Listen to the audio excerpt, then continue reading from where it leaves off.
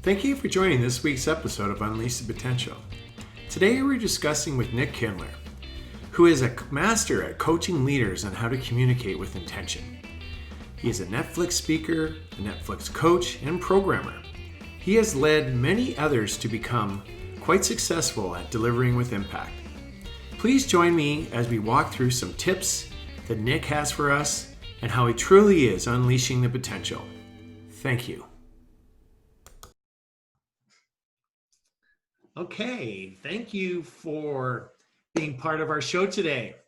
This is Unleash the Potential, and today we're talking to Nick Kindler from Kindler and Company. And Nick is a executive coach, a trainer, and I'm gonna get you, Nick, to explain to me how you ended up, doing this kind of role, unleashing the potential through others. No problem. I think we got to start though by just addressing, if anyone's watching this, I don't know if you put it on, I think you put it on YouTube. Yeah. There's definitely a disparity in backgrounds. And whereas I can see through your door into probably the most picturesque meadows and forests, you can see my production white screen behind me. I think it's fair to say that you win. By the way, that's actually a picture. Oh, it's a picture. Oh, it's like okay. I thought it was a window. I was like, you win. Oh yeah, what's a lovely picture? It's gorgeous. Whatever it is it a photo? Did you? No, it's a Canadian artist, Douglas Chapman, I think his last name is. Oh, nice, fantastic. Yeah. Well, there you go. So sorry, you asked me. What do I do? I forget. I've got. I basically, you're an executive coach and a trainer, and you've started your own business. This is your second business? This is my third, actually. Third business. Yeah. And so I just wanted to know, what propelled you into, becoming an executive coach and trainer and sure into this whole world. Yeah, I mean, I guess a couple of things. I not to be like super protective of the title, but I don't really consider myself a trainer. I think and nor do I consider myself running a training company. There's learning that happens, and I do facilitate that learning experience. But I think I was a trainer earlier in my career, and I kind of look at what I do now as a little different than that. What propelled me? Well, I kind of fell into it, to be frank. If you were to go back and look at the history, and I don't want to, bore you or the listeners on a long history of my background. But my background is performance and film, and I did a degree in theater and film, and I came out thinking sheepishly, well, why did I do this? Mainly because I loved it. I have passion for the written word on stage and captured on film. I think all of that is magnificent, and if you can do it well, I'm riveted. I'll watch. Whether it's mainstream or non-mainstream, I'm interested in it. But from there, I thought I was going to be a teacher. So I was an educator for quite a while. And I didn't last in the classroom. For me, it was just not the right environment. And I have such admiration for teachers. So I just want to be really clear. This is not about the profession. It was about this guy. And then I became an actor, and I had my own sketch troupe called Urban Myth, and we performed around Toronto. We toured Canada. We had our own TV show on CBC, and from there, I'm getting to the coaching part of it. From there, I became that's when I started my first company. And my first company was kind of like a competitor to Second City, like selling improv and workshops and corporate comedy events. And it was at that point that I tried to sell those services to large marketing firm looking for a creative director, and they snatched me from that first company I created, and I became a creative director in their meetings and conferences division. And then I started my own company with that same focus. Now, why that's important is we were producing all kinds of incredible large-scale events, taking over Union Square in San Francisco, taking over the Blue Man Group Theater in Vegas, and integrating into the performance. And we were the first company to do that in Las Vegas. But what was happening was there would be bells and whistles, production everywhere. And executives would come on out or be prepared to come on out and not really have thought through what they were going to say and how they were going to say it. And so I would start coaching them because of my background in performance, because of my writing ability, because I guess of a strategic mindset I had. I was able to do that and organically became a presentation coach. It was a differentiator for my organization, truly. And I joke that it was probably the most underutilized, undervalued, but yet the most profitable piece of my production company that I ran. And when I closed that, I decided to focus fully on coaching. And that's kind of how I got into it. There's more beyond that, but I don't want to go on to a long life story of how I got to be where I am. So being somebody that has done the TEDx experience, yeah, 100% you need to have someone help you through. So you have a bit of experience with TEDx, don't you? I do. I'm as a coach, as a programmer, and as a speaker. So I'll go in reverse. Just last year, I was given the opportunity to present at a TEDx here in outside of Toronto, and to a group of students, and it was fantastic. I took it very seriously because I'd been part of TED and TEDx Toronto for a number of years. About 7 years ago, I joined the programming team of TEDx, and then I became the head of programming for TEDx Toronto. And I got to coach some of the most incredible people.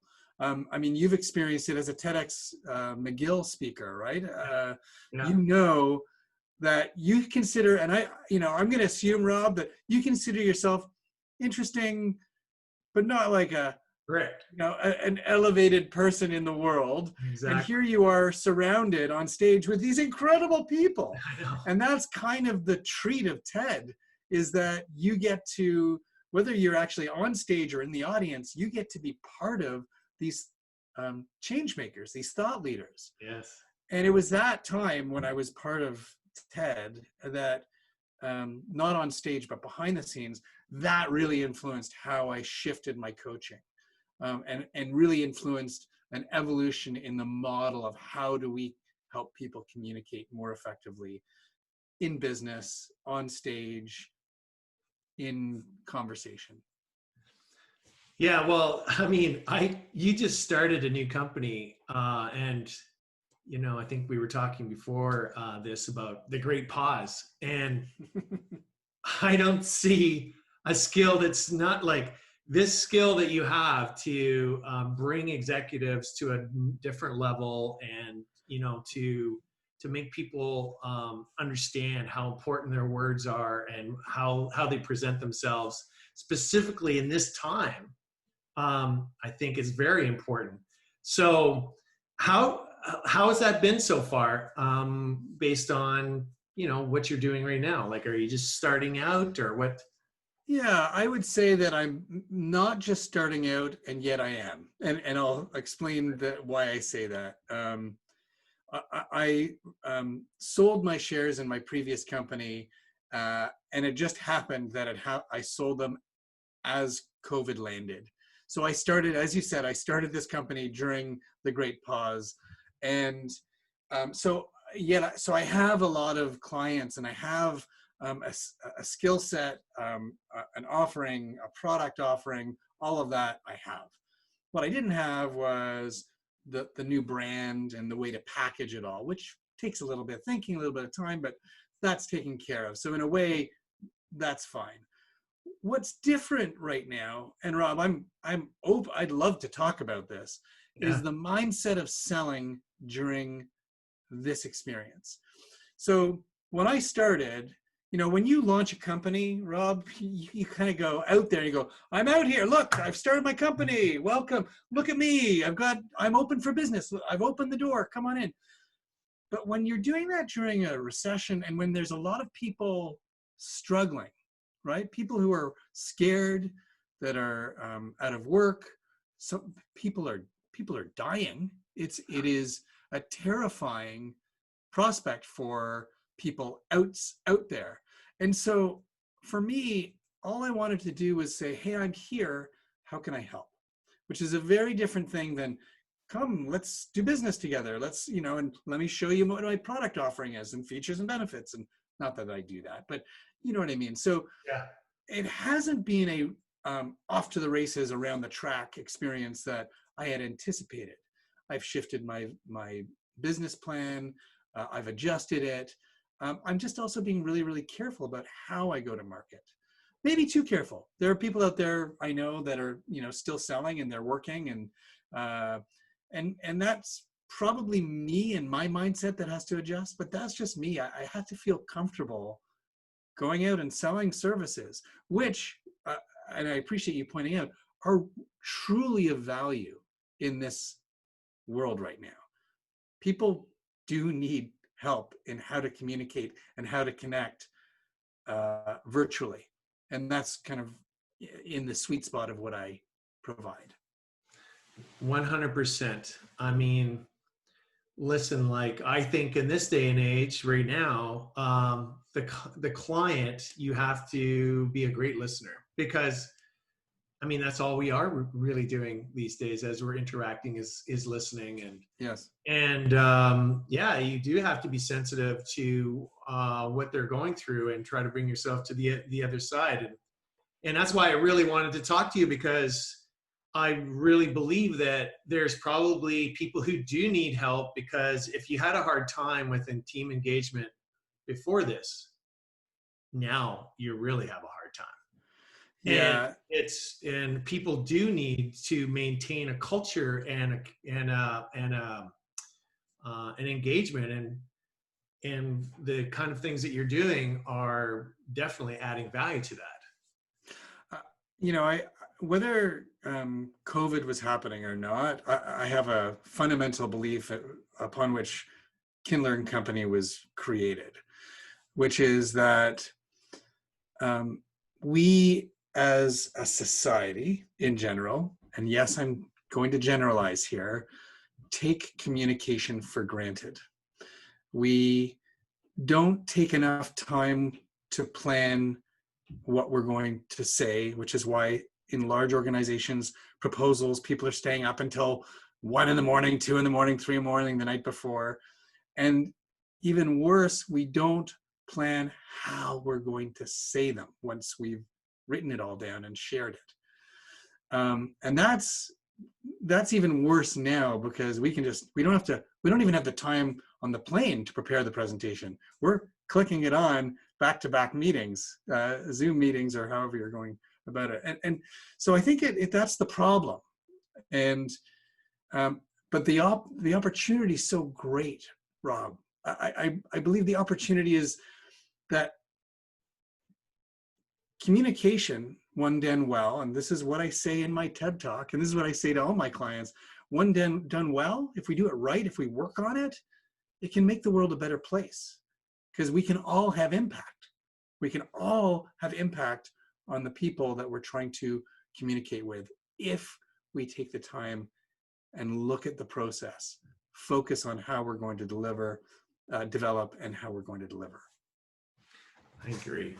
So there's about 2,000 people that'll watch this on LinkedIn and YouTube and that. So how what kind of advice would you give them if they're entrepreneurs or people who are thought leaders and, you know, trying to make a difference and have a good product to sell in this time? What would you say to them?